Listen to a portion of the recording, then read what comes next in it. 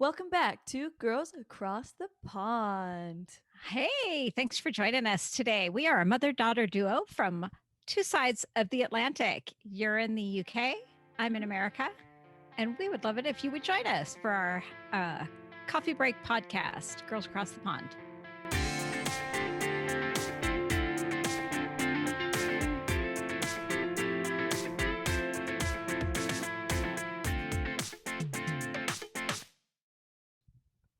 How are you doing this week? I'm doing well. I'm still in Colorado, and we are just kind of checking off all the little boxes. You're going to be so jealous. Today, Dad and I talked about next week when we have all of the things done that we came to town for. We may go up to Mount Rushmore. No fair. I know. Dad said he's never been. I was surprised Yeah, about I've that. never been either. I know. We tried to go in December, but the weather was terrible. And Mhm. we were just talking. We thought, well, maybe I'll just do a road trip and go to Mount Rushmore and check it out. So I'm kind of So in the jealous. presidential kind of in the presidential mode right now. I could not sleep last night. I've had a really hard time Because you were sleeping. just thinking of the presidents. Just sat and thought of the presidents. No, I get on these. I'm such a geek. In the middle of the night, if you can't sleep, what do? I get on the internet and go through quizzes. That fits your Myers-Briggs personality type. Does it? I know. Anyways, I got on quizzes and I was quizzing myself on history and things. And then there was a quiz about all the US presidents. It was a fun quiz, nothing I can do here because it had their picture. And it was just like, which president is this? And I did really well with George Washington and like the first five Mhm. or six. And I did really well with the 20th century. But I'm telling you, the 19th century US presidents, I did Yeah. terrible. Oh yeah, I would too. They had some there, they had their names. And I honestly, I thought, I don't recognize any of these names. Yeah. Yeah, honestly.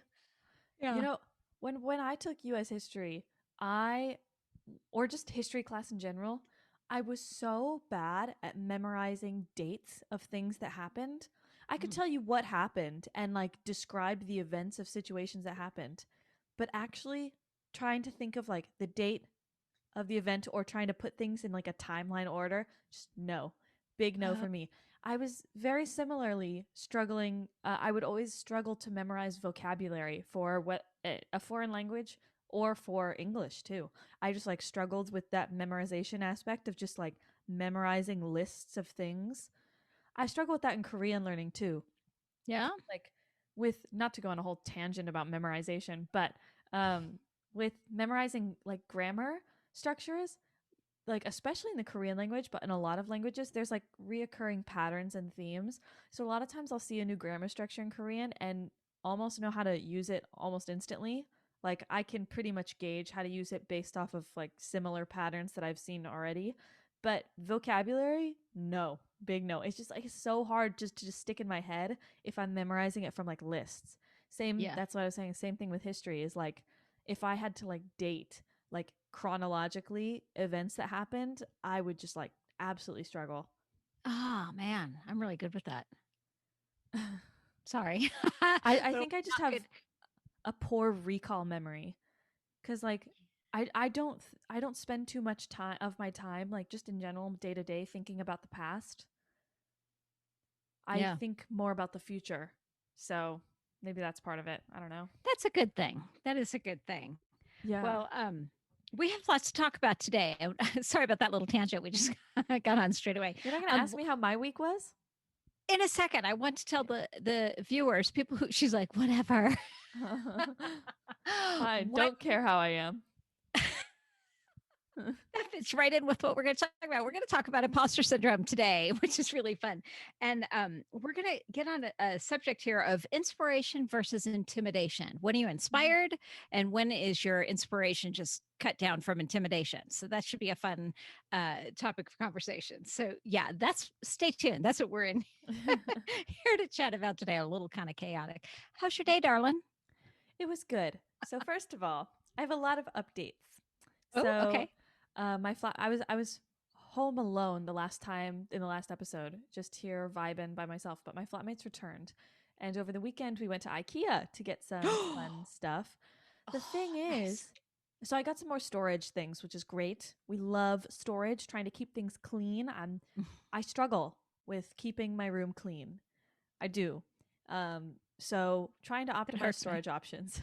I'm trying. It's not that I don't put effort into it. It's just like I maybe it's like the creative mind struggle to keep things clean, like whole stereotype or whatever. I don't know what it 100%. is. I genuinely like it's not like I'm like, oh, I don't care about messy rooms. It's just I struggle to keep it clean. It doesn't ever look bad enough. Well, sometimes it looks bad enough to say a bomb went off, but like most of the time it doesn't look that bad. But No, sometimes. I think for a creative person, you're pretty tidy. For a Mhm. creative person, for a normal Yeah. person, you're pretty sloppy. But for a Wow. creative person, no, No, well, for a Monica Geller, I'm pretty sloppy, and that's you.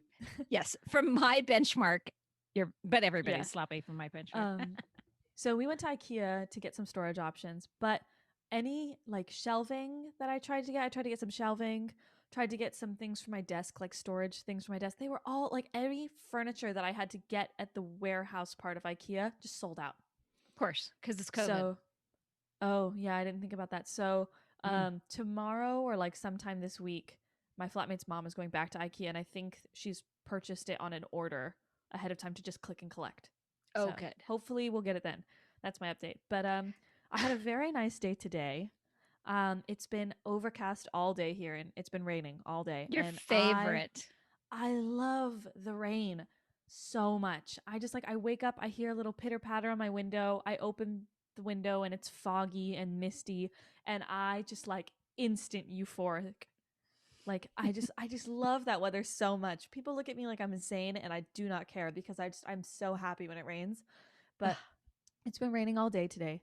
So I got up about 9ish. I had a little bit of a lie in, not too late though. But I got up and I got myself together and went over to a cafe and just sat by the window with it raining.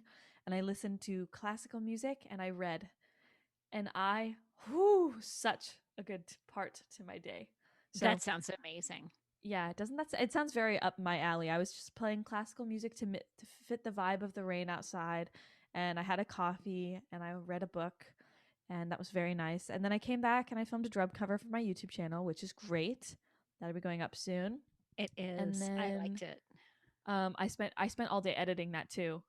So I did do productive things today. Nice. And I just came back from watching 2 episodes of anime with my flatmate. Nice. Decompress. Yeah. Nice. That sounds like an amazing day, actually. Yeah, it was a good day today. And it's like late at night. It's like 9 o'clock at night there right now. Yeah, it's 9:40 at night right now. Nice. Yeah. That's a nice way to end the day. Well, Mm. yesterday was the Euro final. I don't know how it was. How was it up being in the UK with the Euro final? Was Leeds like nuts? Yesterday, I did not leave the house once.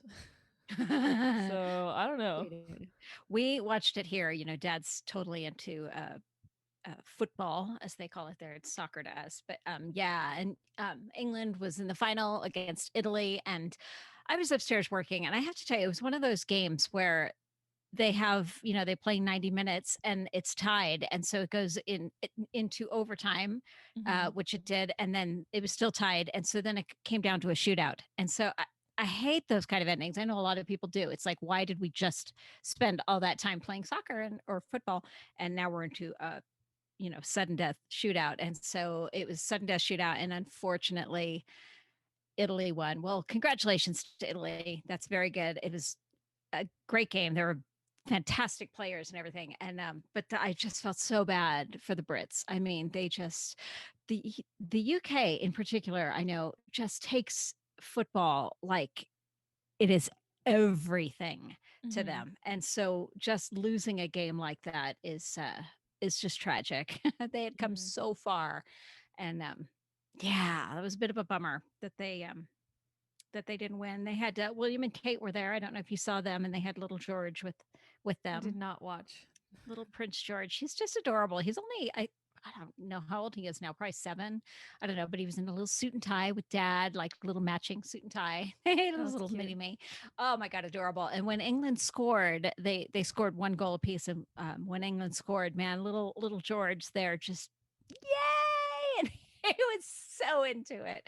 What adorable, Mhm. adorable little family they are. So the other 2 kids not there. There's 5 of them all together if you're keeping count of the Cambridge family.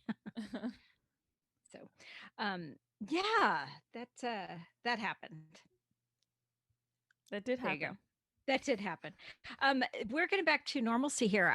Friday night, Dad and I went to see, was it Friday? Yeah, it was. We saw Music in the Park, and guess who was playing? My drum teacher.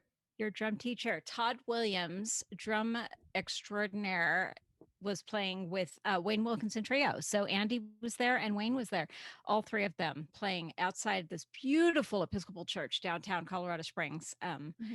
St. Stephen's Church. It was wonderful, and it was out on the lawn, and so we were all sitting under this beautiful sky. And right after their last song, the clouds rolled in and it started to pour rain. But up until that point, it was beautiful. There were loads of Mm. dogs. We took Mel, and she sat and watched the concert, and it was great. It felt like a little slice of normalcy coming back into life, and Yeah, for sure.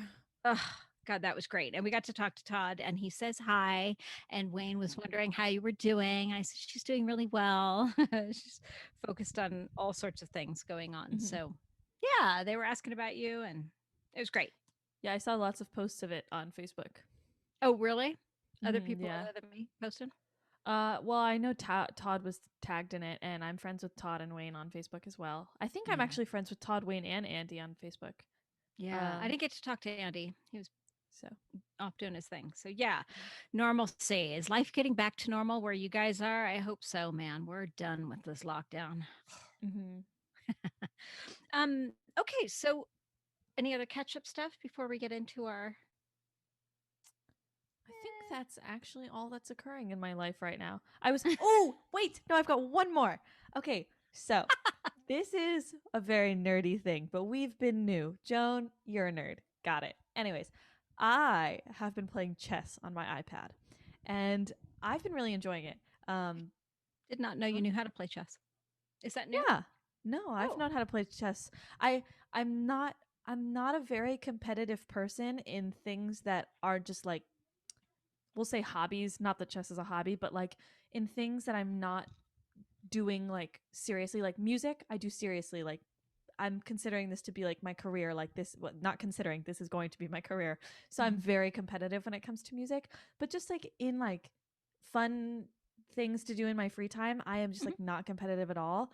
And my brother is the exact opposite. He is extremely competitive in everything he does. So I told him growing up that I didn't know how to play chess because I didn't want to play him. Oh, right. Understandable. But I've known how to play chess since I was like in middle school, and I just lied about it. Anyways, That's funny. I didn't um, think you knew how to play. yeah, and guess the lying worked.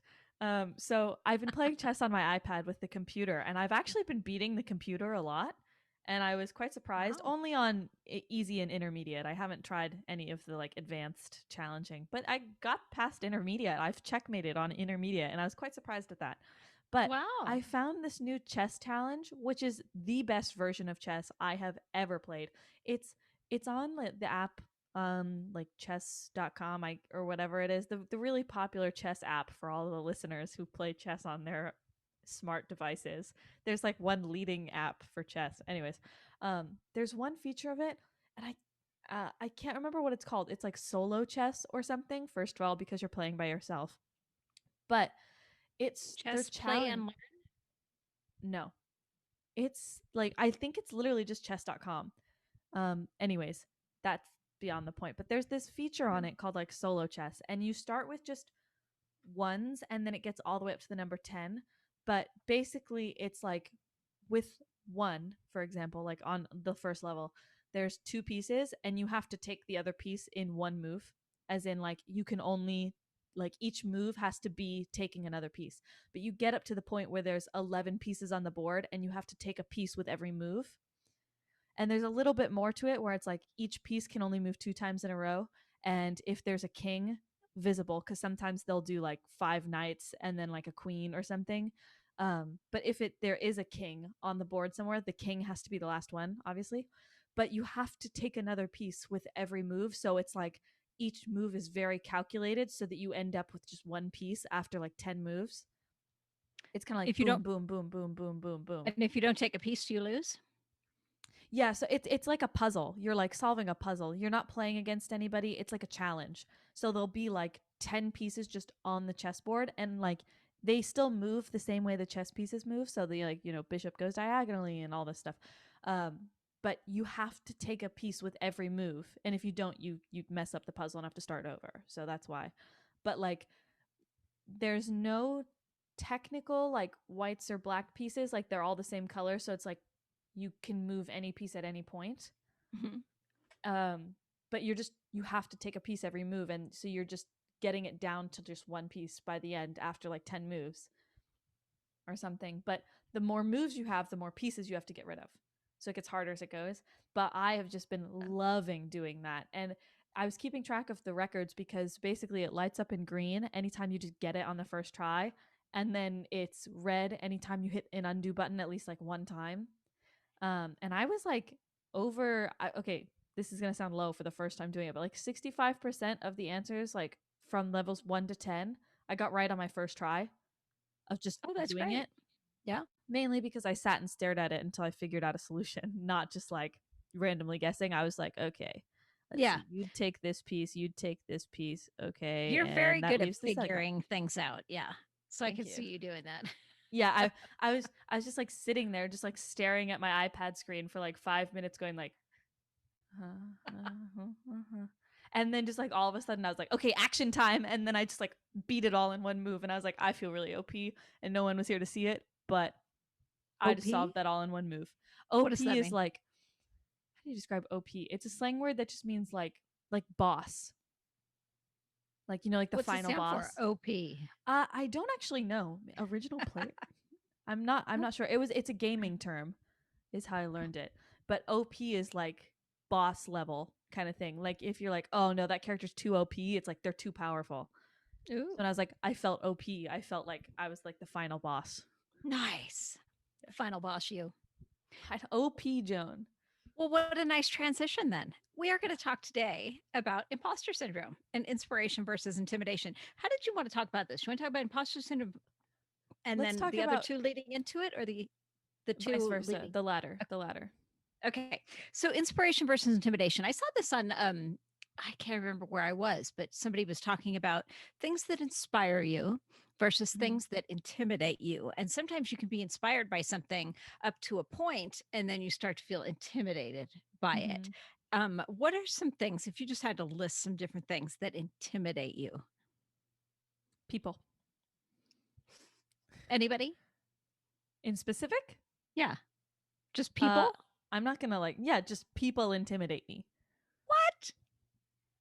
Like people, I would say people in like of power, like in any, not just like political power, but like people of power in like any hierarchy that is like higher ranking, like social status, like a professor or like a CEO. I find them more intimidating. Yeah.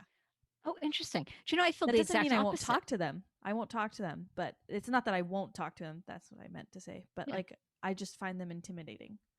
I worked for a company a long time ago, and I remember when I was first hired, somebody was who was training me, and I was working with them, said, "Oh, if you ever see this person, meaning one of the owners, walking down the hallway, turn your eyes away." And I went, "What?" And they said, "Yeah, you can't bother them if they're walking down the hallway." And I thought, "Why ever not? They're a person." And that was the mantra around this office, is that you couldn't talk to the boss. And I thought, that person puts their pants on just like I do. And when I would see them in the hall, I would always look them in the eye and say hi to them. And guess what? I didn't get fired. That didn't intimidate me in the least. But you know what Mm-hmm. does is, I'm pretty small. I'm only 5 feet tall. Mm-hmm. And tall people can intimidate me, especially if they stand too close to me. Um, I That often have, just because aggravates me. I'm like, it get might out of my be, bubble, dude. yeah, it might be part of that, but it's part of like, I got nothing. Are I'm you out at claustrophobic? this point. No, not claustrophobic. It's just I can't compete with it because I'm so much smaller than a tall person. Mm. I used to work for another person that I worked for who was like 6'4", and they would oftentimes come up and ask me a question, and they'd stand right over the top of me. It's like this Yeah. really Like tall person. hierarchy in the workplace. Yeah, and they were throwing their weight around, and I just have zero patience for that. I mean, you're a person, I'm a person, whatever. Um, I get I can get really intimidated um when this is one of the reasons I don't like debates, but when people are whatever the opinion they have or whatever side they're taking a stance on that they're trying to convince me of, when people are so like almost confident in the fact of like whatever they're believing to the point of being arrogant and like not even needing to look at the other side because they're like, yeah, this is a fact, period. yeah. It both aggravates me and intimidates me because I'm like, if you are that confident about your opinion, then it must be well researched. And it often like it doesn't necessarily they don't go hand in hand. But I think I jump to the conclusion that they do because if I'm that confident about something, I've well researched it. It's Oh, been well researched by me. yeah, yeah. So I And just automatically assume other people. What? you're that kind of person who would research. I don't know that everybody does. I certainly hear people. Yeah, I definitely don't think everybody does. I think I just automatically assume like, oh, they're speaking so confidently and so matter of fact, they must really be well educated on this. And then Yeah. a lot of times, especially when I'm not well educated in that, I get intimidated. And if it's in a situation where I'm like, working or I'm at school or something, I get intimidated, but I don't back down. But I'm like, okay, let's go. Not like let's go, but like Hmm. I'm still going to contribute. But I mean, if I'm just like in a social situation, I'm just like, okay, Yeah. yeah, yep, okay. I think one thing that would intimidate me if I had to list things is if I walk into a situation where a bunch of people have already been there for a long period of time and I'm the newbie and I'm Mhm, just trying to figure things out and people who don't explain a lot, they just kind of figure, well, if you're here, you'll figure it out. mhm. I don't do well with that. I need to be Like you sort of need brought rules. in. I need rules, I need the parameters, I need to know what you want and then let me go and I'll be happy to do it. But yeah, when people are just all functioning in their own way and I just slip in, I get yeah, I do that does I'm feel intimidating to me. I'm a little bit like that when it comes to like being new and like being shown the ropes. I I'm somebody who doesn't necessarily I don't need like laid out rules in front of me, Oh, I but do. I typically will prefer to watch somebody else in action because I'll watch whatever I need to do. I'd like a lot of times if I'm new, will want to watch somebody else go through the ropes and I analyze how they do something, why they do the choices they do, and then I'm like, okay, that was ineffective, so maybe I can just strike that part out. But like, and overall, they're just doing this, and then I'll twist it the way that I see fit to Yeah. match either my learning style, my way of communication that I most prefer or whatever. But I prefer like to learn through observation. So I can understand why that would be intimidating, not being shown the ropes, because I Yeah. guess in turn that would not being for me not being able to observe somebody. That would be Yeah, kind of like especially the if they're same all thing. kind of doing their thing. It's interesting, I I've mentioned a little bit that I used to skate and there was a lot of skaters who, obviously just like competition and tennis and whatever, that are better than you at certain points. And I would rarely get intimidated by people, even if they were better than me, I would because get mad. you would get mad. Yeah, I was like, I don't want this person to be better than me.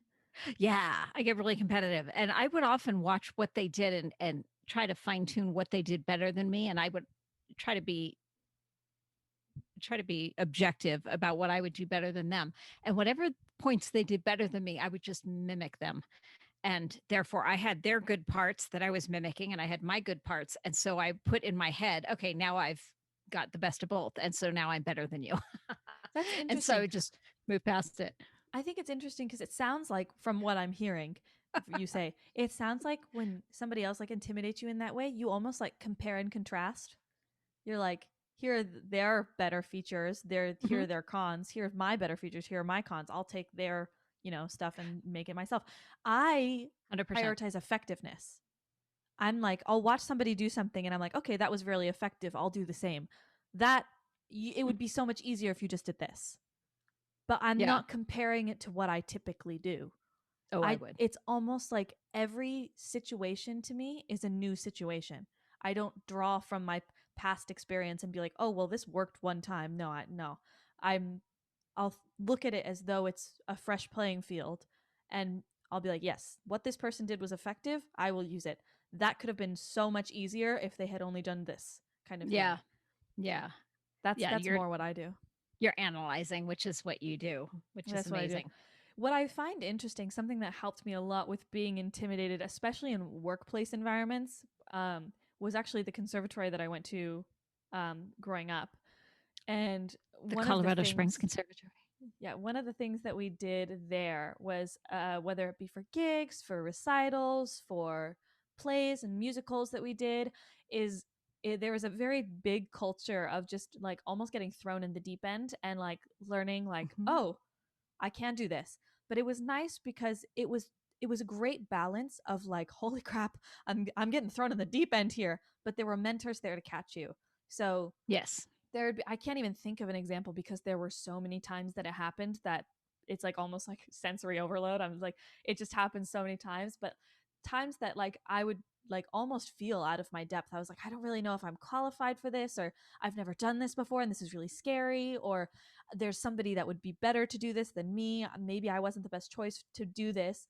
And I would look at the situation and like kind of almost freak out. I'd get really intimidated, and then it would come. I'd plan for it ahead of time, and it would come, and I'd do it, and it'd go okay. And if it didn't, or if something went wrong, a mentor would fix it, not fix Mm. it, but kind of like balance and counteract it out, or help me out where I messed up, like on a gig, or I got lost in jazz song, and the mentor's like, we're at the head, or whatever it be. That a mentor like kind of help fill Yeah. in the gaps where you were kind of sinking a little bit, almost like a flotation device.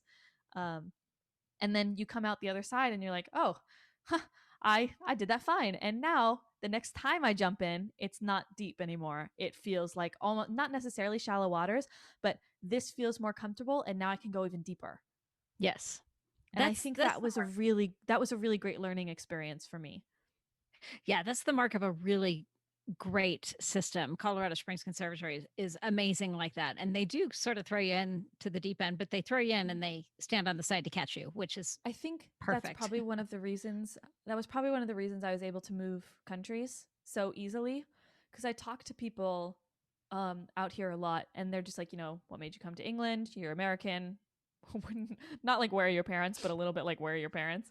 And I'm like, yeah, I moved out here by myself in August, and people are like, that's so scary. Were you terrified? And I was like, no. And they were like, do you miss your parents? And I'm like, yeah, sure, but like I'm managing out here on my own. That's fine. I'm living like an adult. And people are like, Mhm. that's so scary. I couldn't even imagine doing that. And honestly, I wasn't intimidated. There are so many things that I think like a lot of my peers, especially in like college or something, would get intimidated over like a new experience like that.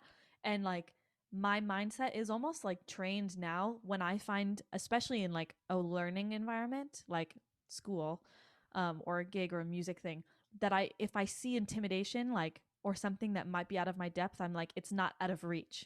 It's out of depth, but it's not out of reach. Oh, So that's wonderful. that's like kind of how I see it. And I'm like, I think a good way, something I said once, and I can't remember who I said it to. It might have been my best friend, but I said something, and they said something like, "Oh my gosh, that sounds so scary." And my response was, "Well, it's a good thing that we can do scary things."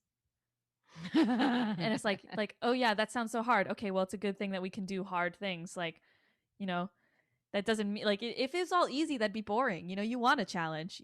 If it wasn't intimidating, you wouldn't learn as easily. Like you wouldn't learn as much. It's like a Yeah. sponge. You want to absorb all the information, and if you stick a sponge in shallow water, it's gonna absorb significantly less than if you throw it right in the center of the ocean. Yeah. How did you come up with that? What? Well, like if it's out of depth, but it's not out of reach, and it's a good thing I we can came do up with scary that things. about 2 seconds ago. That's nothing you heard from somewhere? Because that's a No, great I was expression. just talking about what I was thinking right now. Like just because it's out of depth doesn't mean it can't be achieved. That's my mindset with a lot of things, is because I'm very goal oriented, and I really don't like it when people say you can't do that Oh, in a I way hate that's that. like, "Oh, that's too hard for you." I'm like, "No, it's not." Challenge Yeah. accepted. Yeah, it's kind of like that. I'm kind of like, "You know what? It Watch me. might have been too hard, but it's not anymore cuz you said that." Mm-mm. Dude, you just gave me the energy boost. Thank you. Let's go. Yeah, yeah, So I absolutely. think that's kind of how I see that. Plus myself being a very goal oriented person, and I'm somebody that likes to have a goal and then I analyze backwards how to achieve it. I'm like, okay, here's the final point. Here's where I am now. Let's figure out how to get from there to where I am now. And I almost like work backwards. So it's being like having that out of depth, like something to reach for is Mhm. something that's like very like stimulating to me. And also like I just like anytime I check something off new that I've done, I'm like not like new like a new experience, but like something new that I've learned or prioritized or gotten done that's efficient. It's like this massive high for me that I'm like, yes, Yeah. I've done this. Oh, let's go. Yeah. And you've done a lot of things all by yourself on your own in the last, 7, 8 months that you've been out there. I mean, you must feel, Yes. well, you must feel very, I don't know if accomplished is the right word, but feeling like, okay, I got this. I got this, which is wonderful. I think a lot of college kids, regardless whether they're in the same country or whatever, get a feeling of, oh, I can do this without mom and dad holding my hand, Yeah, yeah. which is great. Another reason to go off to college and really Mm. get that experience. So, I think it's interesting just like the difference between because we are talking about intimidation versus inspiration. And it is a fine line because there is some types of intimidation, like I was just saying, that I find inspiring, where I'm like that whole it's out of depth, but it's not out of reach. Like where there is a level of intimidation and it gets me fired up because I'm like, this is intimidating, but it's not the bad kind of intimidating. Let's go. And mhm. then there's other types of intimidating that's like really competitive where I do feel out of depth because I don't have any knowledge to back up my points. And I'm like, okay, no, this is just intimidating and it's just too much. And honestly, I experience that more with social environments than I do in working environments. Yeah, I can understand that. I can understand that. I don't think people give enough credit to the fact that social things are hard. They're So hard, hard. Yeah, People are hard to read. it's hard for anybody, even an extrovert, someone like Simon, who's very extroverted. You were talking about, just walk into a bar and see if you can meet some people there or whatever. And he was like, Mm-hmm. oh, I don't know if I can do that. And it's easy for me as a parent to go, yeah, just do it. But if I had to go downtown and just walk into, I don't know, the Goose or whatever, if I didn't know anybody that night, I wasn't meeting anybody down there, would I be comfortable or would I be intimidated? I think I'd probably be intimidated, even though I've been there a boatload of times. I'd Mm-hmm. still feel like, oh, I don't know. And the thing with inspiration versus intimidation for me, anyways, is that intimidation tends to be like there's a roadblock there. There's certain Mm-hmm. things that I should feel intimidated by and that you should feel intimidated by, but we've both said it motivates us Mm-hmm. because we look at it as like, oh, challenge Yeah. versus oh my god, I can't do this. This is tough. Yeah. I'm feeling like I think I just realized like a part of it that I just like it just kind of clicked in my head when we were talking when I was like, "Oh, I find social things more of the bad intimidating than I find the good intimidating." I think that's cuz like I was saying I'm a goal-oriented person and I don't have a lot of goals around socializing. Like I yeah. would never set a goal that's like, "Okay, I'm going to go to a bar and like make Make 20 friends. contacts." Like I would never do that Yeah. ever. So it's just like, okay, here's this intimidating thing that's in front of me and I'm not getting anything out of it. So why would I do that? Well, Versus something that's like intimidating, but I have a very huge potential to learn and take something away. Not that I couldn't if I went to a bar and got 20 people. I'm sure I'd learn a lot doing that. But it's not, I guess, I mean, do you see what I mean? Like in the level of getting something out of it, like you would still get something out of it, but not the same kind of thing out of it. yeah. I totally do. I think with your industry, I mean, you're going into a creative industry, you're going to need to network, and that's part of it. Yeah, People are going to unfortunately. be, working in different environments, and there's going to be this, hey, do you happen to know a drummer? Do you happen to know a guitar player? I need a vocalist. I need a producer. I need a blah blah blah, whatever for whatever projects, and Mm-hmm. you're going to need to network so that you're the person that comes to their mind first and foremost. Yeah. Um, so there will be some time where you're going to have to go out and socialize and Oh, yeah. Well, of course, of course. How many? get to work on This that. is this is also something that's interesting to I think part of the conversation is I don't know about you, but maybe this is just because I'm in a creative field. I've been very fortunate enough to have gotten off the stage after a performance and someone tell me that what I did was very inspiring. And I'm like, oh, that's great. Thank you so much. But also, I've been told so many times that I'm really intimidating. Oh, that's And nice. so That's I know nice. I was gonna say it's kind of like an ego boost, not It gonna really lie. is. Cause Yeah. because there's almost like a thing with being intimidating. It almost is like you have your ish together. It's like intimidating can also kind Yeah. of mean confidence. You don't have to have wait, you have to have confidence to be intimidating, but you don't necessarily have to be intimidating to be confident. They're not Oh, kind of thing. exactly. But if somebody calls me intimidating, I'm like, oh, you think I'm confident, don't you? Thank you. Well, that's Oh, great. yeah. I I don't know that I've ever been called intimidating. Really? I thought you I don't told me that you have. Like I when don't you're know. like in leadership positions. I think people find me irritating. I don't know if it's Yeah. intimidating, but part of like what we were talking about last week of that trying to bring people in and making sure they feel like they have a voice.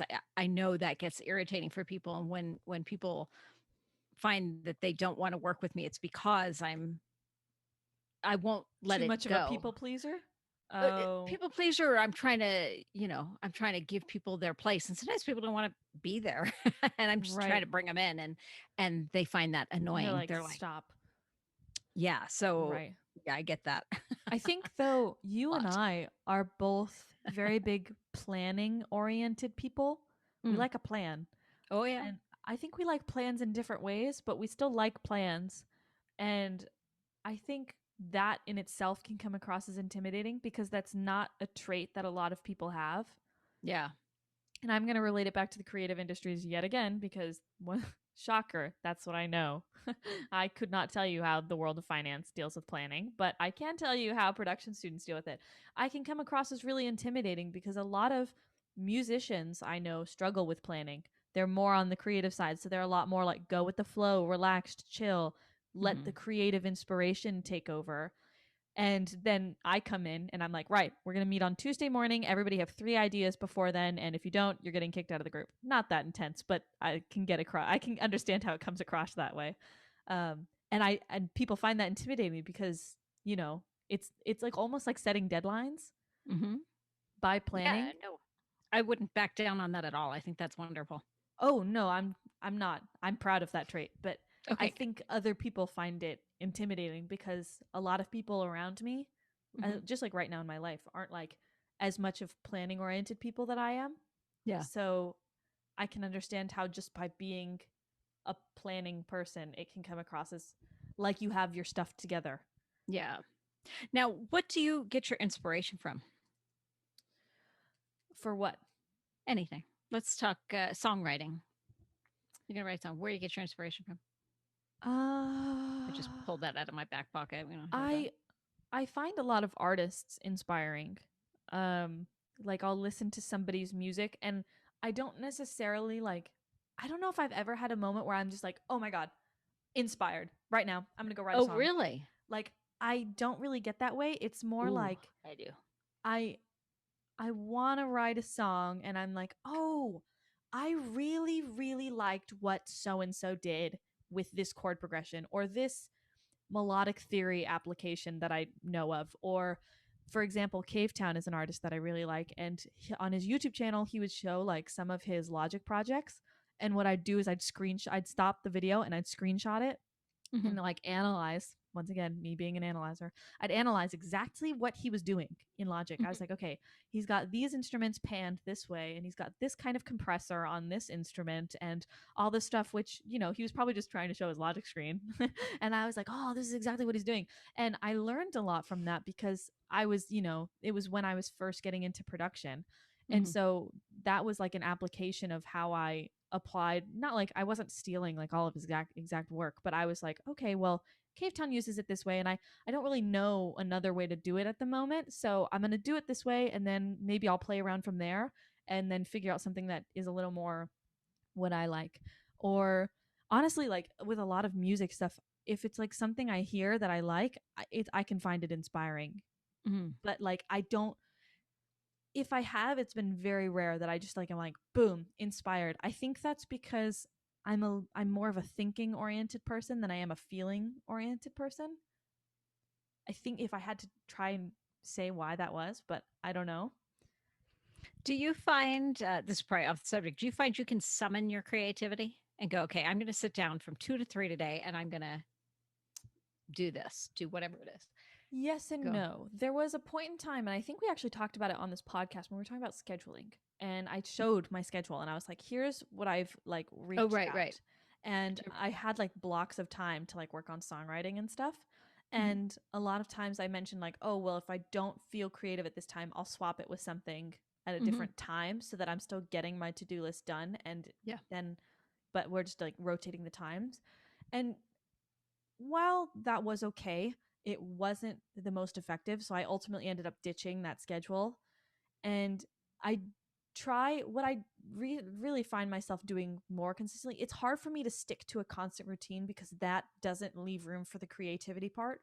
If Mhm. I'm doing the same monotonous thing every day, it's hard for me to be creatively stimulated. It just Mm. that's the way it is. There needs to be something new, something that I'm exposing myself to, whether it be online, in person, outdoor, indoor, whatever it is, that is changing it up and providing that like source, the spark, you know? So I think what I default to back to is more like I almost like in my head will kind of look at like the week ahead of me and look at like the really big tasks I need to accomplish by the end of the week. And then I'll go day by day, like say like during the week there's some thing financial I need to take care of. And I'm like, okay, the best day to probably do that will be, I don't know, Wednesday or something. Mhm. But I also have my weekly blah on this day or something. And then I'll think about it day by day. So if tomorrow, for example, we're recording this on Monday, before I go to bed, I'll typically think about the things that I need to do tomorrow and Mhm. figure out where in the day I want to slot those. And then I almost like leave room for creativity in my free time because I find it's easier to stimulate when there's no pressure. Yeah. But also I do try and force it because I'm going into this as a career and it is getting to the point where you do need to force it. You can't just write a song because you want to. Sometimes you write a song because you have to. Exactly.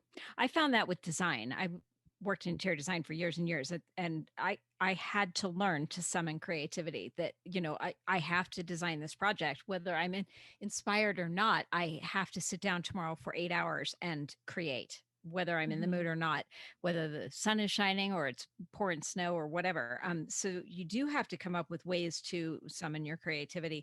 And the things I've found, and I don't know if any of this will work for you, but I definitely always have inspiration boards, and you Mm-hmm. can have those, Like in on the old Pinterest. days, we had a bulletin board in our room and we would cut out pictures and tape them up.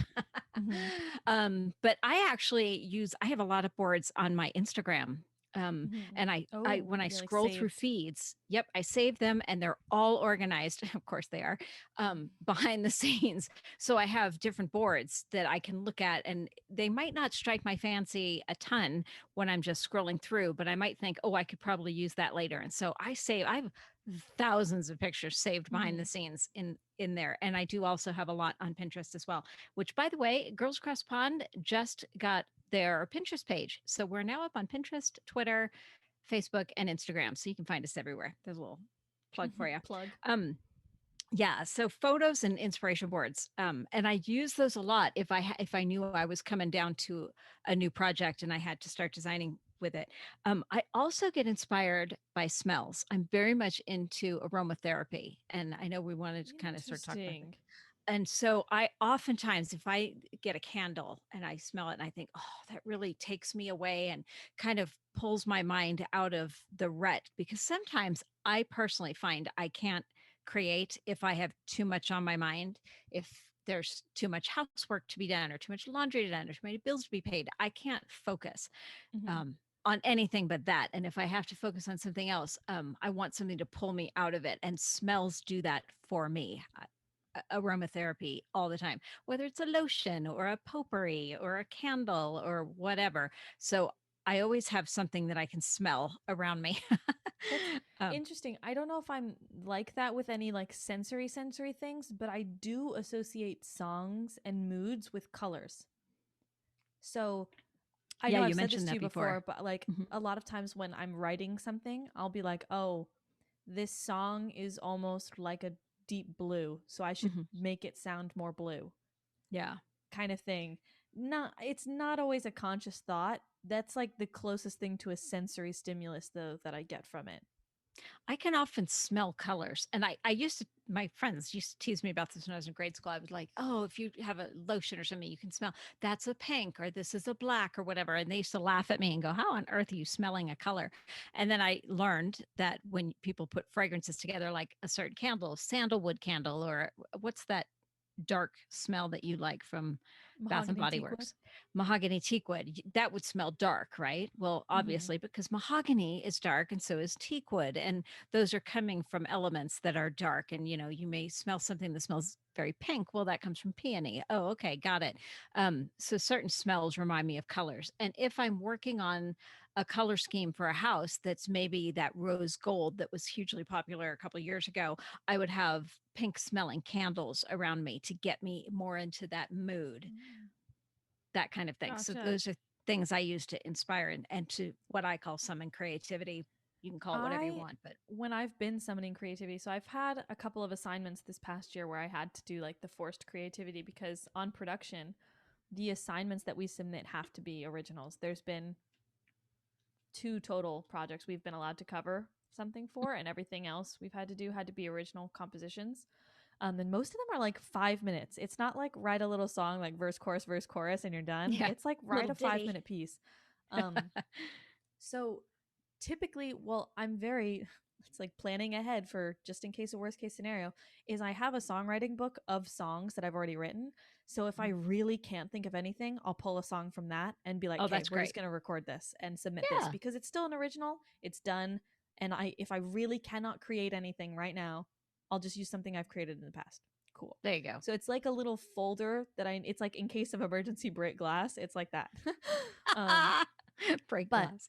when I am writing, like this is what I've done so far this past year, and who knows, it might change a year from now or even next week. Because I like changing it up to see if what I'm doing is the most effective way to do things. But because I like to start from the end image, if I'm somebody who like anytime I go over an assignment in school, this happens all the time for me because well, I've been in school my whole life and I get a lot of assignments. So but when a teacher goes through like a brief or a rubric for an assignment and is like literally explaining what you have to do for an assignment, I get ideas right then.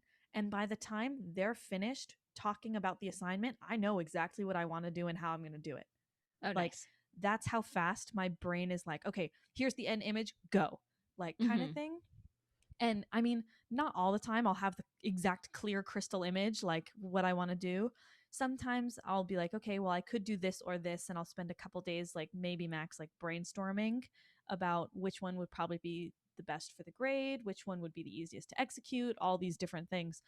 So, sometimes I need to funnel it down a little more, but most of the time I get just one clear thing I want to do right away. So, for example, this is something that I was really proud of this one piece I submitted, so I'm going to talk about it. Um, for one of my assignments this past year, we had to do a 5 minute composition using sampled sounds. And a sampled sound it's exactly what it sounds like. It's like you're sampling it, you're borrowing it. So that was like pretty much the only limitation to it, like the only rule is a 5 minute composition. That was it. And you could go like 10% either way on the time duration without penalty. And you just needed to sample a sound from something else. And originally I was like, oh man, I don't know what I'm gonna do for that because like I don't, and it didn't mean it had to be all sampled sounds. You just had to include a sampled sound. So originally Hmm. I was thinking about just like recording an original and then just like sampling like the sound of like me making a water droplet noise with my mouth and then being like, cool, sampled sound or something. So, so it didn't have to be like somebody's music. Like What do I've you heard mean? sample sounds where people take a song from ABBA and put it into a We rap we song. we weren't allowed to do that. Oh, okay. It had to be like the sample of like something. So basically like the rule for our compositions, if they have to be original works, is that we're allowed to like sample single notes and chords, but we cannot sample a chord progression that was not generated by our own creative and musical endeavors. That's like one of the direct quotes. Wow. So basically if you want to write it, you have to write it yourself, but if you want to take the chord or the note, you can.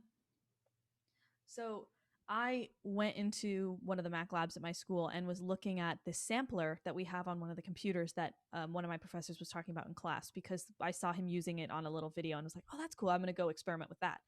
And I found just like all these orchestral samples of like violins, cellos. I found some weird metal sounds of like different metal pieces, like Oh literal yeah, metal, like generating vibrations. I And remember I that really piece. liked that. So I like was kind of listening to all these instruments and I was like, "Oh, I'd like to create a piece that has a cello in it. I really want to use strings, ideally a string quartet, but at minimum a cello. And I really like these metal kind of sounds, like of literal scrap metal. So we're going to use that too." And I was like, what kind of things? First of all, I know that's what I want to incorporate in the end. So what are some things that I could do that would use that in the song? I'm like, okay, well, maybe I could just do a strictly instrumental piece or all this stuff. So I refined down like the genre and I was like, great, we're going to do an instrumental piece. Oh, one of the other requirements is it had to have vocals in it. So I ended up singing like 8 bars, and that was like the whole thing. Out of all like 5 minutes, I sang for like 8 bars, and I was like, those are vocals, because it was mostly instrumental. But basically, if benefits me that I have quite a wide music taste of like different Mhm. genres I like, because there's classical I like, there's metal I like, there's rock I like, there's K-pop that I like. Like I'd like a quite a wide array of genres, which is very handy when I want to call upon inspiration from one of those. So I knew I wanted to write an instrumental piece, so I was like, I'm gonna go to my classical like playlist of things that I like, and there's this one group that I really like called Flesh God Apocalypse. Oh yeah. And they're I like to call them orchestral death metal. They're basically opera metal. So they're symphonies, but they're like recorded. It's a metal group that records full symphonies with like, well, symphonies.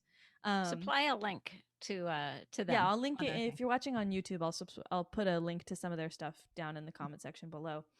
But when they release their concept albums, because they do concept albums, they always put just the instrumental versions of all their songs underneath it, which is just like the part that I love. Like I love their main stuff, but their instrumental versions of their songs are so good. So I was listening to one of their albums. I can't remember which. Oh, it was their King album, and there were a couple songs that I picked out that I was just listening through, and I was like, this is the kind of vibe I want this song to emulate. So I guess you could say I got inspired by that, but it was a song I'd already known, already listened to. I was just like, I want it to sound like this. And from there, like I was like, that is my new end goal. I know what instruments I want to incorporate, which had been used in that song that I was listening to as well. So maybe that was part of it. And I was like, I want it to sound like this. Here are the instruments I want to use. Let's think about how I can do this. And then my mind went to music theory, is where it went. Because I was like, if I need to compose something like this, I'm going to draw on my theory knowledge and see the best way to execute this. And that's when I played around with the idea of writing something in a different mode, which is um, fun for theory. And I was really my teacher was really impressed when I told him that I wrote something in E-Lydian mode. He was like, "Why E-Lydian? Interesting." And I kind of flexed my theory knowledge there. But that's like kind of where I find inspiring is I get what I want to do started. I already know where I want to go, and I pull up the artist that I know has the closest sound to that I like, and I'll listen to like what that person does in their thing. So I'll be like, oh, like for that Flesh God Apocalypse song that I was listening to, I was like, when they built it, they had these like really strong trombones and French horns. So I'll probably add those for a big impact moment later. And I can add a timpani too. That'll probably be really beneficial. Or when I was listening to Cave Town, I was like, okay, when the vocals drop out in one song here, he adds a counter melody on the melodica or whatever he's playing on, kind of thing. And I literally analyze it. That's the more inspiring part of it. I'm not like, oh well, I kind of want it to sound like this, so I'm just gonna like kind of try and aim for a similar sound. I don't do that. I'm Now, literally like, what are you doing? can I ask you, is that something that you learned through the conservatory, or how did you learn about how to pull from different inspirations to come up with, the end result of where you wanted to head? Because that's not just a natural thing for people to do. Embellish your question. I'm not quite sure what you're asking. Well, it reminded me, and I was jotting notes here. When I worked in Southern California, I worked for a design firm, and we had a meeting every Monday morning. You okay? I kicked the table on accident. I was crossing my legs and I Like, banged right into the what table. was that face for? Yeah, sorry. You were telling me about this, but continue because I like the story. Yeah.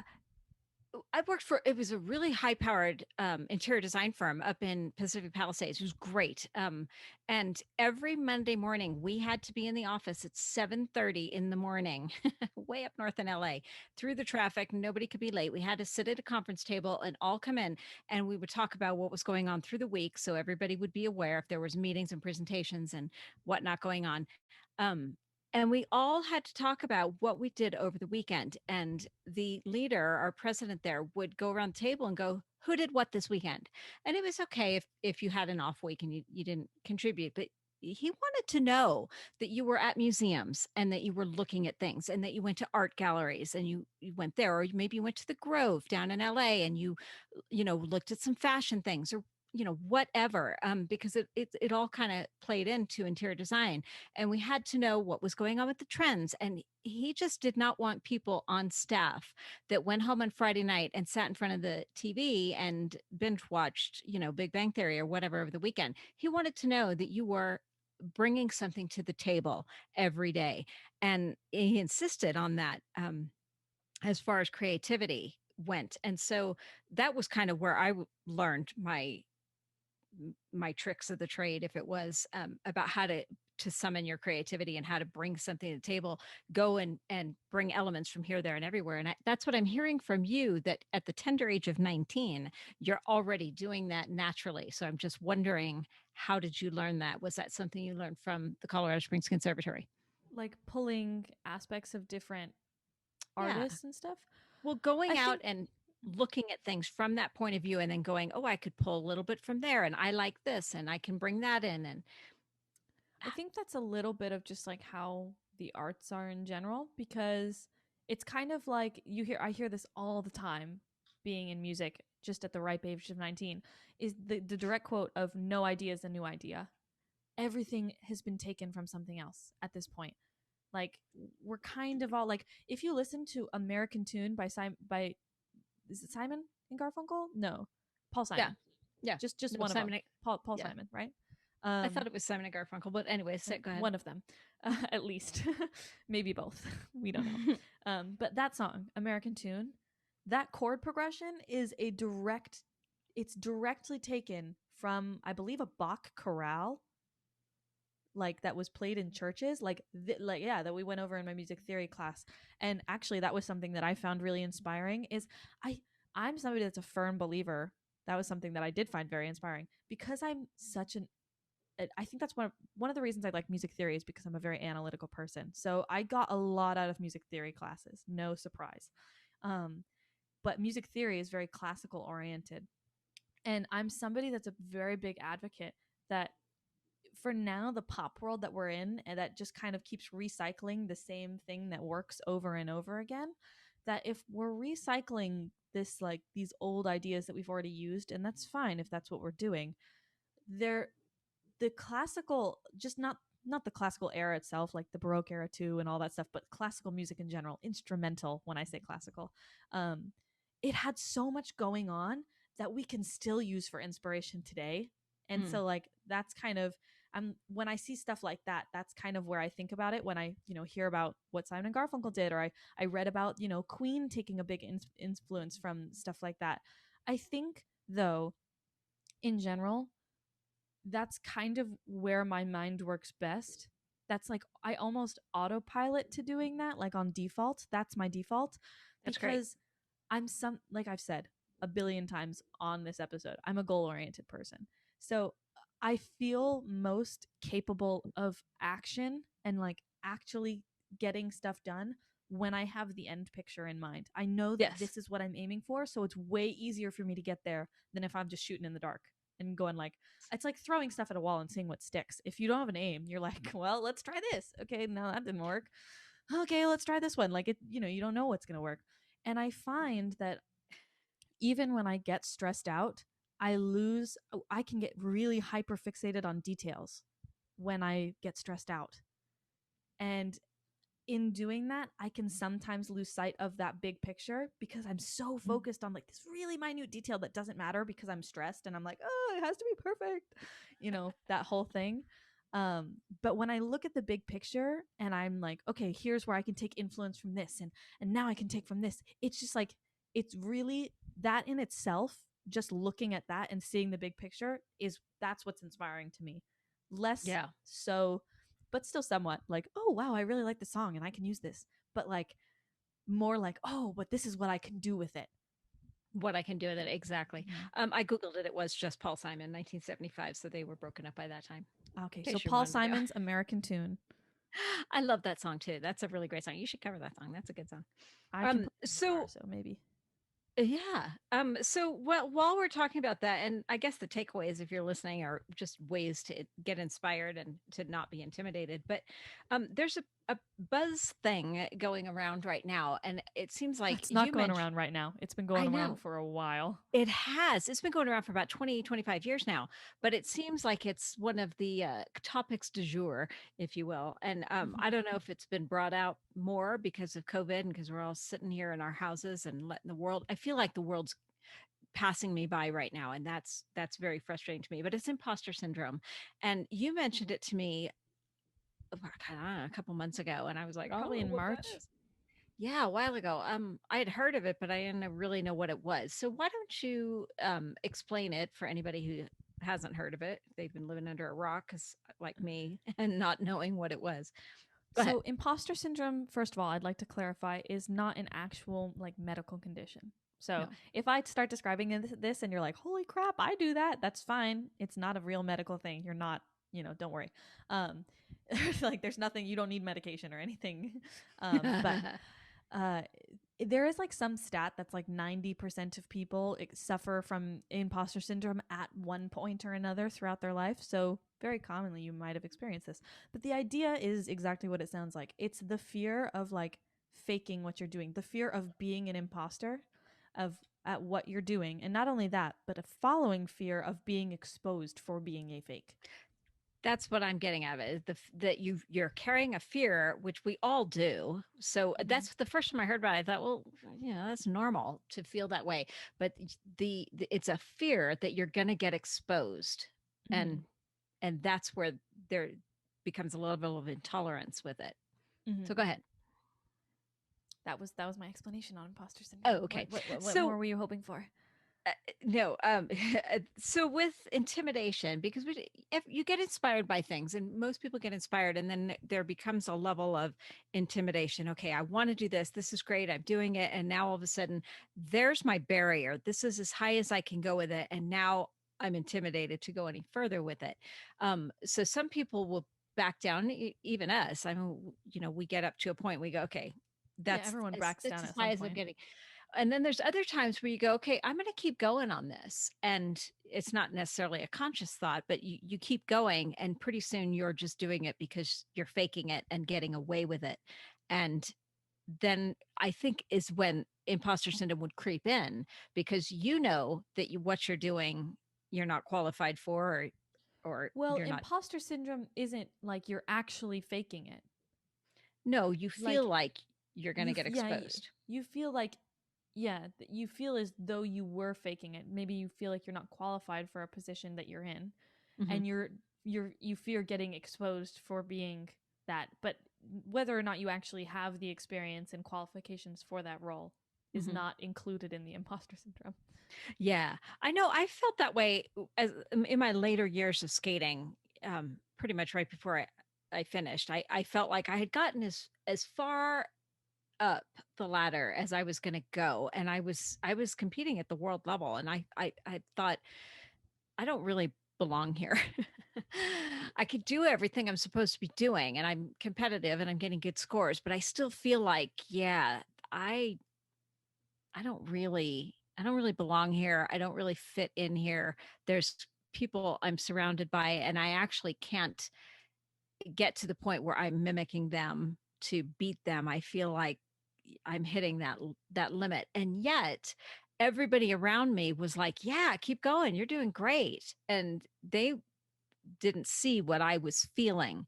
And I when I first heard of imposter syndrome, that's the first time I ever thought, oh, yeah, that's probably what I was feeling at that time. And I don't know whether I was right or wrong. I don't know. Everybody else was saying it was fine. My coach was kind of like, well, I don't know. But that's the coach's job, is to never Yeah, say, yeah. yeah, you're perfect. You're doing Yeah, what you yeah. they're meant to drive you. And so I don't know. At first I thought, God, I don't know that I've ever felt that. But I do think if I had to place something, that would have been a time and place. I don't know. Have you ever felt anything I that you want to think talk about? I think I have experienced imposter syndrome for the greater part of my life. Like, I think I've experienced imposter syndrome for more of my life than for the period of my life that I didn't experience it. And maybe part of that is the like whole I'm going to keep jumping out of my depth and going for things that are a little out of my reach because Mhm. it's like constantly challenging yourself to do something new that you aren't necessarily qualified for. That could be part of it.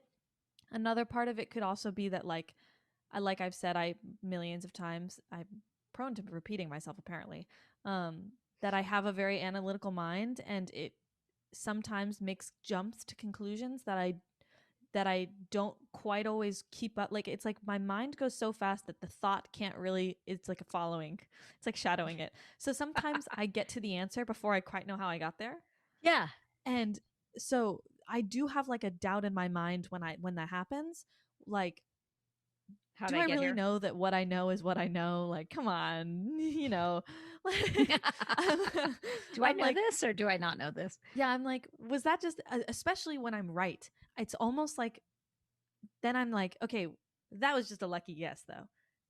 And I'm Well, like, we all was that have luck? those. Or am I actually well educated on this? Or am I just really good at BSing it? Like, that's like part of it. I'm like, am I just like really good at acting and thinking? Like it's like the fake it till you make it. It's like, am I just really good at faking it? I was just going to say that. And we're told to do that throughout our lives. You've Be obviously an the imposter. conservatory and theater practice and me and skating. Yeah, absolutely. Fake it till you make it. Just keep doing it. Um, Mm. it's interesting. I Googled a bunch of solutions because I thought if you're listening and you're feeling like, oh, yeah, I've felt that way, I think we all have. The point, though, is to get past it and recognize when that's happening. The first thing that I'm reading here is to break the silence and to not feel the shame about it and go, yeah, I feel like I'm out of my depth here. And maybe to get validation from people, like, people who were telling me, no, keep going, or to get help and to go, okay, I am faking it. Okay, let me take more lessons or let me figure out how to actually validate what I'm doing. I think something that not necessarily like it's not like it cured me of imposter syndrome or whatever, but definitely helped ease the pressure of it for me. Cause like if I got validation from somebody after telling them I felt like an imposter, it would not do anything for me. I don't think. Like if Right. I'm like, I really feel like an imposter and somebody's like, no, you're doing great, I would be like, I don't feel any better at all. Yes.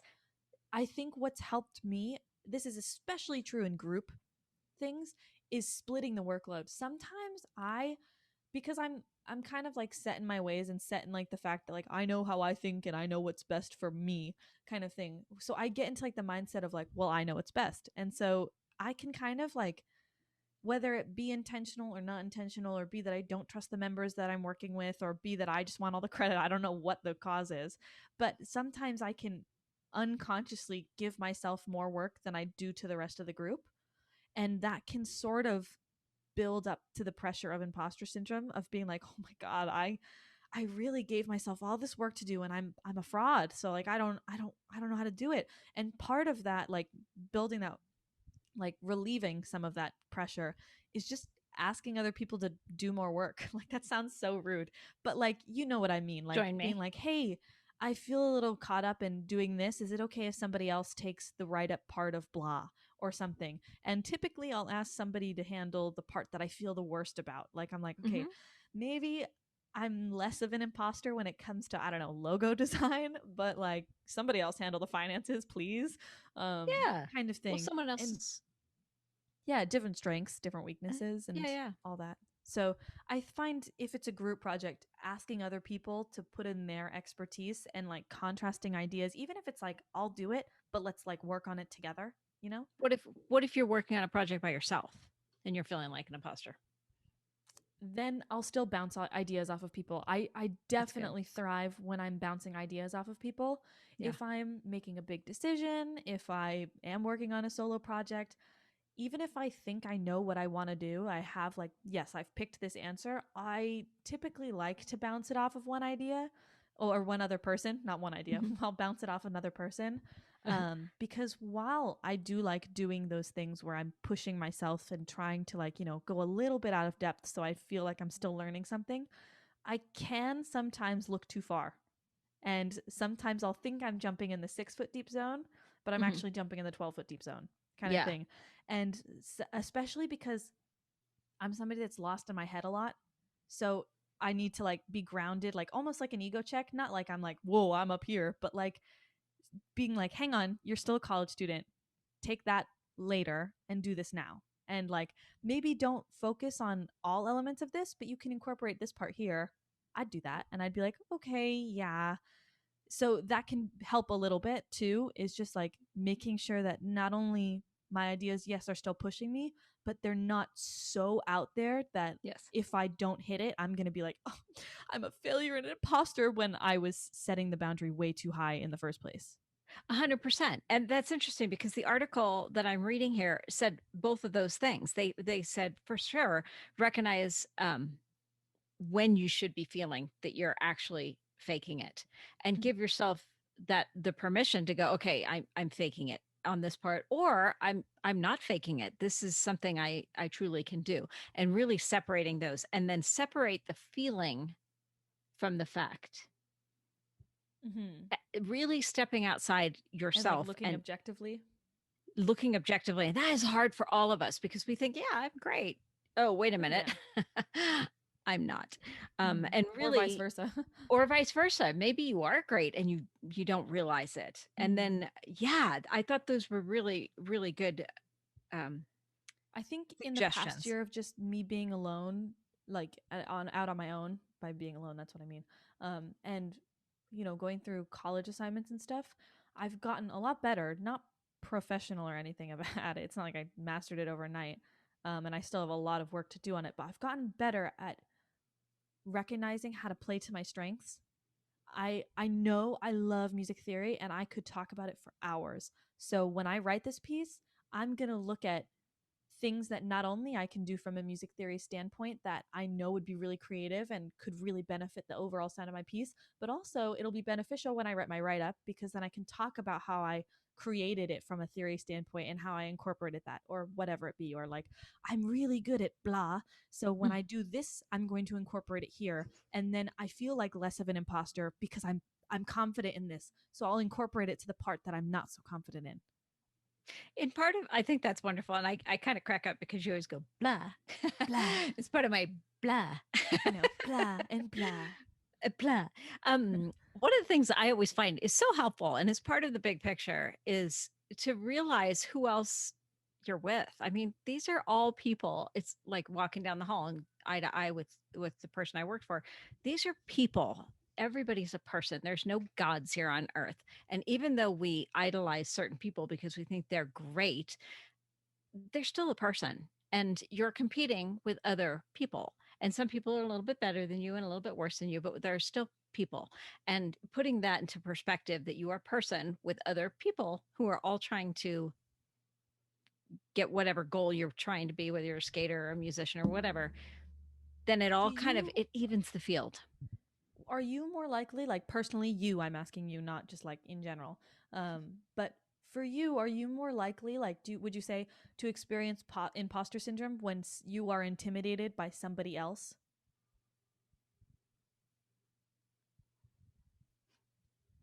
Probably, I would think. Yeah. I Because mean, I don't think I would.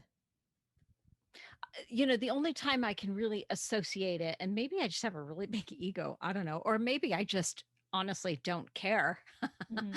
It's either one of the two extremes. That or like it's more likely to experience imposter syndrome when you're first launching into your new career. So you've gotten like you have experience to back up what you're doing. So it's less likely to experience imposter syndrome in what you're doing. It's part of it. I guess, but I don't know. imposter syndrome.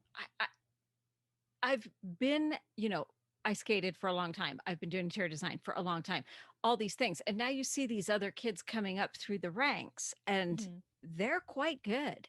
Mhm. That in and of itself makes you feel like, oh, I need to hunker down. I need to validate who I am and what I'm bringing to the table because they're they're really good and they're coming up behind me. That's the Mhm. kind of thing that I think would intimidate me more than anything. Right. Like they're Even going though to I have overtake all me. this even though I have all this experience, I feel like, wow, I Right. don't know how good I am and maybe I'm not as good as I think I am. And I they're pretty good. I honestly like, yeah, I compare myself to others. I think everybody does that, but I don't do it a lot. I don't do it as much as I think other people think I do. Like most of the time, especially when I'm working towards something, it's like I have like tunnel vision to the world around me because I'm so focused on getting one direction. And Mhm. I feel the imposter syndrome in like, I don't know if I quite know how to get there. But Yeah. it's not like, oh, well, this person's really experienced and I'm just doing my thing and I have to remind myself that they're a person cuz they're so scary and they seem like that doesn't really happen. I'm Mhm. It's more like you do your thing and I'll do mine. I see that with you because sometimes I'm pretty competitive and sometimes I wish you would be looking around at what's going on around you to drive you further, but I forget that you're driving yourself Yeah, it's like and you don't need that motivation. You're cuz self-motivated. So, yeah, part of it is just like I don't think I don't really think I've ever been in super like gut inspired kind of thing from another person. Like nobody's words have moved me enough to me be like, oh wow, that was so inspiring. Or like, I mean, maybe a live performance, but like, yeah, a live performance. I can think of a really, really good concert that I went to that inspired me and I wrote some songs after that. But like there aren't many times when I like am like competing with somebody. I'm like, okay, this is what you're doing, therefore I have to do this. And yeah, even more so, I'm more likely to drop back at that point I and be know. a little more stagnant because I just like it I see it as a crutch, not a like it's more debilitating to me than it is inspiring. I get that like boost of motivation and like, yes, let's do this when I know exactly what I want. Yeah. I do see that because sometimes I mention things to you because I'm so competitive. I'm like, so and so's doing this. And you're like, I know it actually makes me mad. I Not gonna know. lie. I, I I'm like, I've learned. stop. I I've don't need to learned. compare myself. And it just makes me insecure because I'll always find something about another person that they do better than I do. And then Yeah, I'm of like, oh, course. well, I suck. Like that kind of whole Yeah. shenanigan. So I just don't get into it. I, especially the goal oriented thing works for me because I'm so caught up in the future to the point where like I forget to live in the present because I'm so caught up in the future.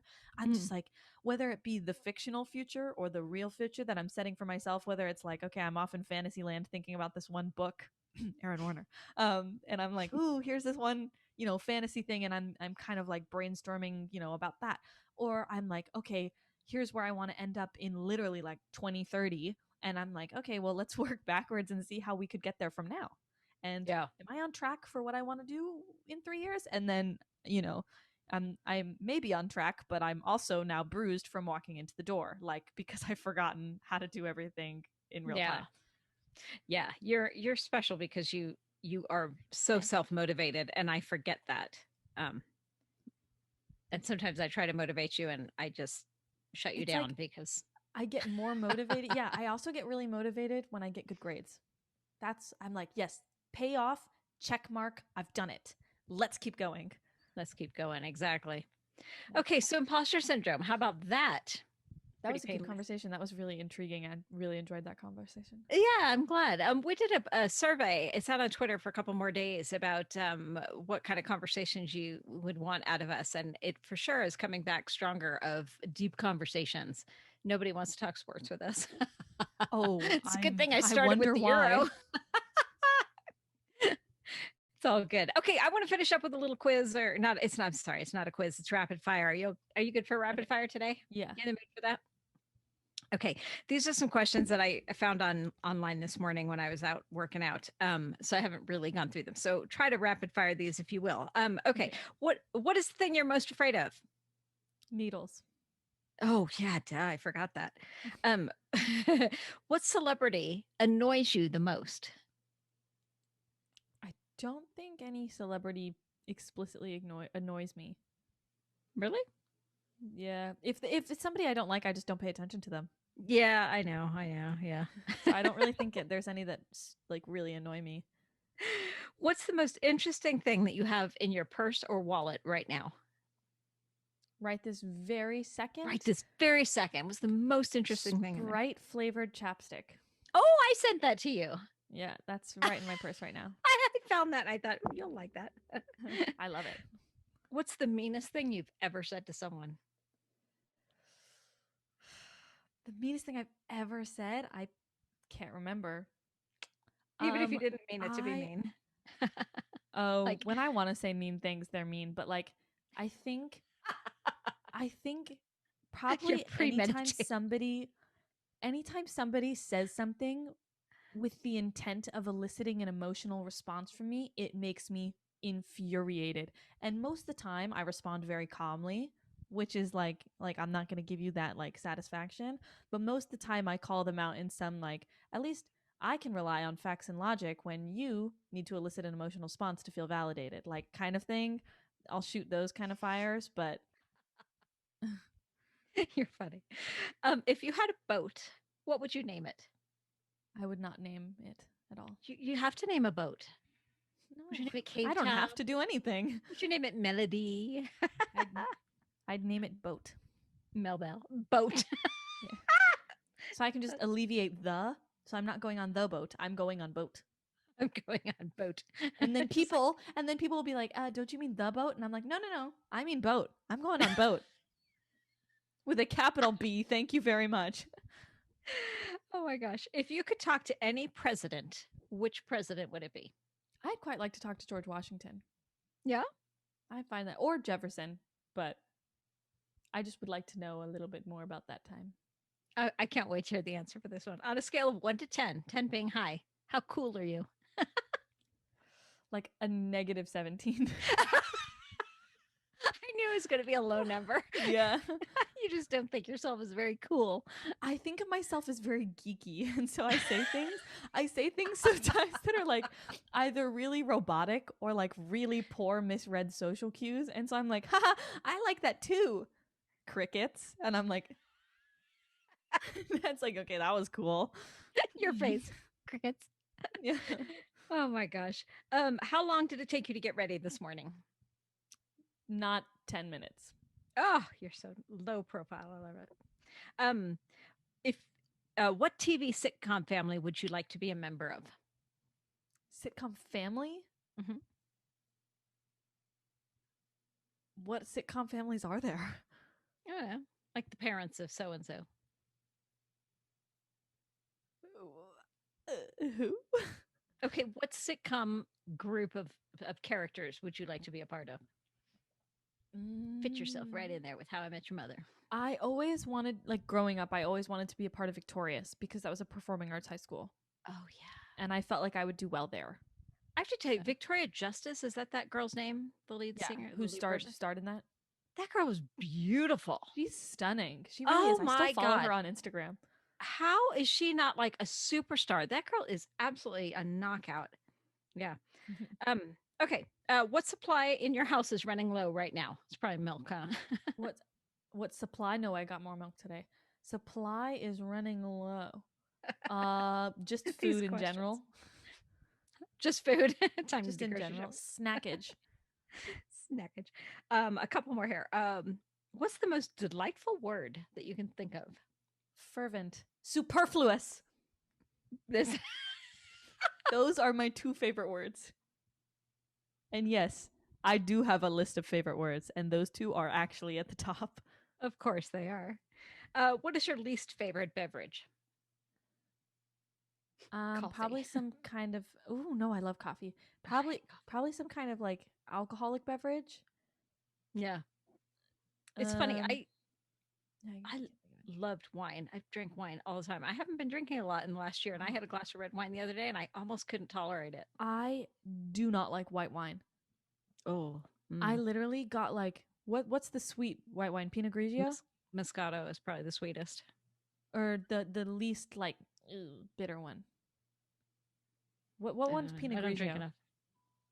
What do you mean? What one is it? Where on the scale of like I don't sweetness drink to a lot sour? of Pinots, so I couldn't tell you. Okay. I remember being like I had white wine like in like a little like tiny bottle. And I can't remember what one, but for some reason I'm thinking it was a Pinot Grigio in my head. And I was sitting in my flat and I was like, this is so and Yeah. and my flatmate was like, one of my flatmates was like, if it's too tart for you, you should try a blank because that's probably one of the sweeter ones. And I looked down and that was the one I was drinking and I was like, well, all hope's gone. I'm out. Yeah. That's funny. What is the first thing you notice about the opposite sex?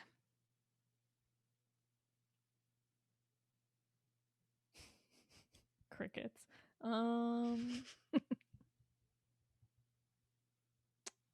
I cannot say I pay enough attention to other people to have that. I think I tend to notice straight teeth. That sounds weird. It's not No, like I that's notice crooked teeth, but when people's teeth are nice and straight, I'm always like, oh, they got nice teeth. yeah. I had some chompers. I always notice the way a guy walks. Hmm. If he's got a good walk, I notice that's good. wrists and hands. Kind of like Joey. You're my hand twin. My identical hand twin. What are we gonna do about this hand thing? Okay, last question. If you're stranded on a tropical island, what two things would you want with you? To get off the island, or because I'd like a boat and some Oh, gasoline. you to would get like me. boat. I would like boat, and boat would also like some fuel, so we could get back to. Actually, no, I wouldn't even want to go to society. Like, you know what? I'm satisfied alone. I don't know. Is this scenario implying that food and water are supplied? It's just a question. It can be. Would I need to supply my own food and water? Because if I only have two things, food and water. But Okay. if not, then I would say like a book, maybe a pillow for naps. A book and a pillow. There you have it. We're getting to know you. In a nutshell. We're getting to know you quite well through all our little One of these weeks I'm finally fires. going to remember to come with rapid fire questions for you. I'm sorry. It's all good. No worries. I'm all prepared. Again, we have, I organized my Google Drive this week and I have so much stuff. And you're starting to come up with some really cute little animations for our season 2. So we got new branding for season 2. Just really fun. We've got so much going on here. I hope you'll stay with us. There's lots of stuff coming up. And I would like to bring on some guests for our next season as well, here, there, and everywhere, just to smatter them on. I think that would be really fun. So stay tuned. We got lots coming down the pipeline. So much fun for me. As if 2 people wasn't enough. Now we have a third variable. Yay. It's all good. All right. Close us out if you would. If you're watching us on YouTube and watching our faces have this conversation, thank you so much for joining us here. Be sure you are subscribed down below. You can click that little notification bell so you don't miss any of these video uploads. If you're listening to us on any like streaming platforms such as Spotify, Apple Podcasts, Google Podcasts, etc., etc., thank you so much for joining us. We're really happy to have you here. We've got tons of socials that you can check out and join the conversation. Tell us what you find inspiring and what you find intimidating, how you do that, how imposter syndrome has affected you, potentially, how you got over it, how you didn't. That was bright and cheery. All those socials are just Girls Across the Pond with that's website Girls Across the Pond with all of our blog stuff. Join the conversation there. Like we were saying earlier, we've got Facebook, Instagram, Twitter, and now Pinterest, all of which are just Girls Across the Pond. And we'd love to hear from you. Oh, yeah. Also, don't forget to follow the little poocheroo on Instagram at MelodyJRT because she's stinking adorable and will cause serotonin for you if you need Oh my gosh. And her story is so cute right now. You got to go on there, follow her real quick and get her story. MelodyJRT on Instagram to see a cute dog. Cute dog. All right. Yeah, that's it. And we'll see you in our next episode. All right. Thanks, guys. Bye, everyone.